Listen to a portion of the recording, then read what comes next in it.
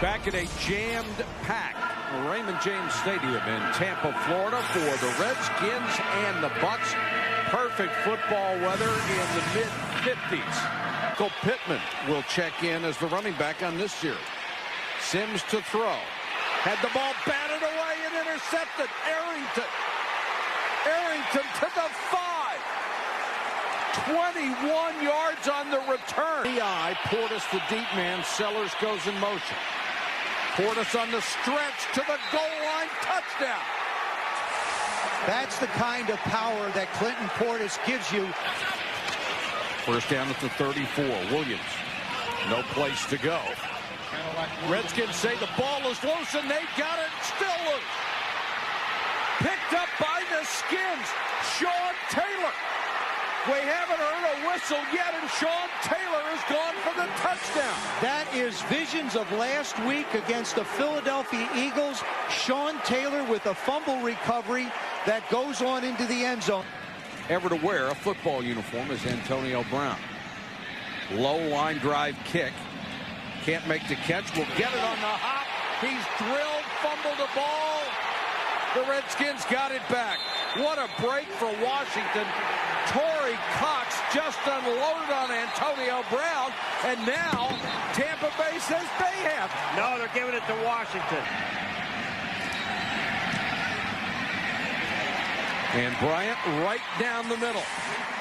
So at the 10:02 mark of the second quarter, Tampa Bay breaks the ice. 47-yard try. Got it. Plenty of distance. And got it. So John Hall counters the Bucs' earlier field goal. The Redskins are back up by 2 touchdowns. 5:34 to go first half. That Wims came around. Ray Brown at 43 years old playing right guard. Mark Jones forced back to the 25.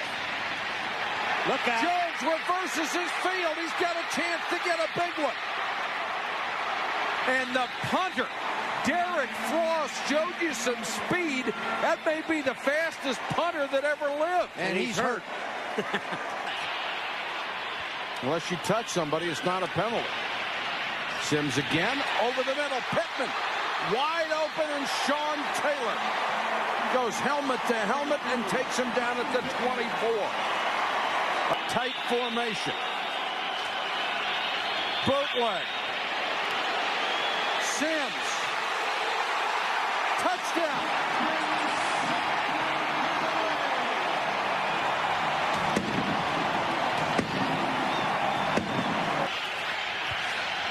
Three-man rush this time. Sims going to try to run. Marcus Washington was waiting for him. Griffin was there. And one of those woofers was Sean Taylor. Which he is. He's a woofer. After the ball is dead, personal foul and unsportsmanlike conduct. Defense number 21. 15-yard penalty, automatic first down. What a bonehead play by 21. Sean Taylor. The play's over. You force him to punt. That's Pittman he's talking to. Watch this, folks. All right, here we go. Pittman hit it for. Wait a minute. How do you do this? Now wait a sec. This is something that should be reviewed upstairs. You cannot give a 15-yard penalty to a player that did nothing when the other player hit him. That's terrible. I'm very curious to see what the officials in the booth are going to do. Is the deep man, and Allstott will get it, goes airborne. This will be close. He had to get beyond the 18-yard line. If he didn't get beyond the 18, they don't have it. He might be short. Now, if you're John Gruden, you've gone on 4th down in the last game and managed to get it. You've been feeling really good about your short yardage and goal line offense. Do you go for it here? Look at Marcus Washington. You know what? If it's short, I go for it because the Redskin offense has done absolutely nothing. I agree. And instead of kicking the field goal, I would put my defense right back out on the field, figuring I'm going to get the ball back, and then I'll have a 4-down run if I need it. Well, they want a measurement to see how far they really have to go. They're almost going to be almost a full yard. Almost a full yard. You know what happened here? is Allstott. They had him close to the line of scrimmage. There it is. It's almost a yard. He didn't have enough momentum to get himself up in the air. Game on the line. Allstott, the deep man. Sims fakes.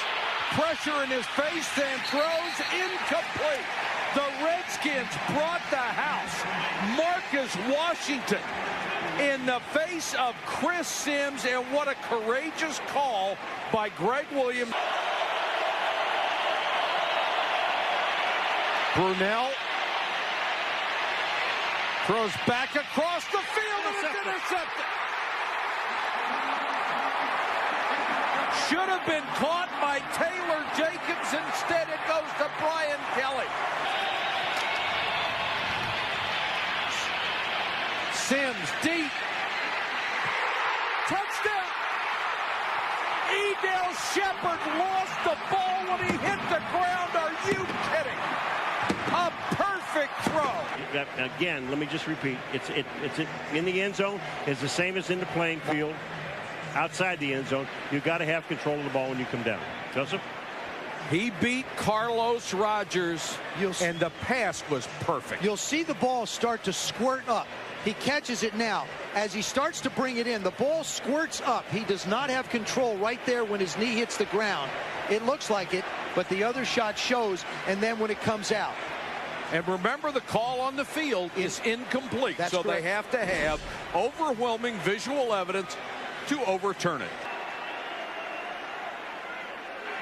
The receiver, in the process of making a catch, was going to the ground.